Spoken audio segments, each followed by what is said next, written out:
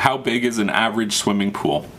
Well, it used to be that the average swimming pool was 20 by 40. Properties used to be a little bit larger, and the building and maintenance costs weren't as high. So it was, put the largest pool in that you can. And so most people would have a 20 by 40 foot pool, 3.5 feet deep in the shallow end and 9 feet deep in the deep end. That would have been the standard 25 plus years ago.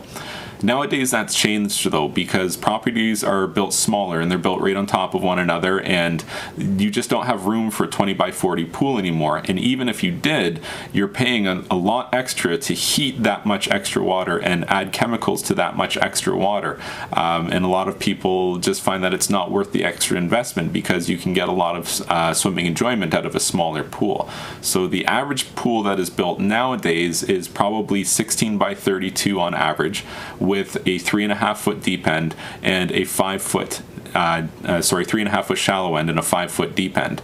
The 8 and 9 foot deep ends aren't as popular as they used to be, just because that space goes largely unused. The vast majority of your time in the swimming pool is going to be in areas of the pool where you're able to stand up, and that's where you're going to play games and hang out and things like that.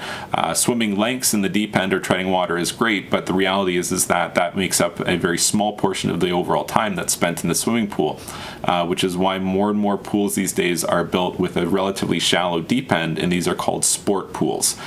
So that is definitely the most common nowadays, about 1632 on average, with a much shallower deep end than what they used to be. If this information is helpful to you, please like this video and subscribe to my YouTube channel, and check out my website, swimmingpoolsteve.com.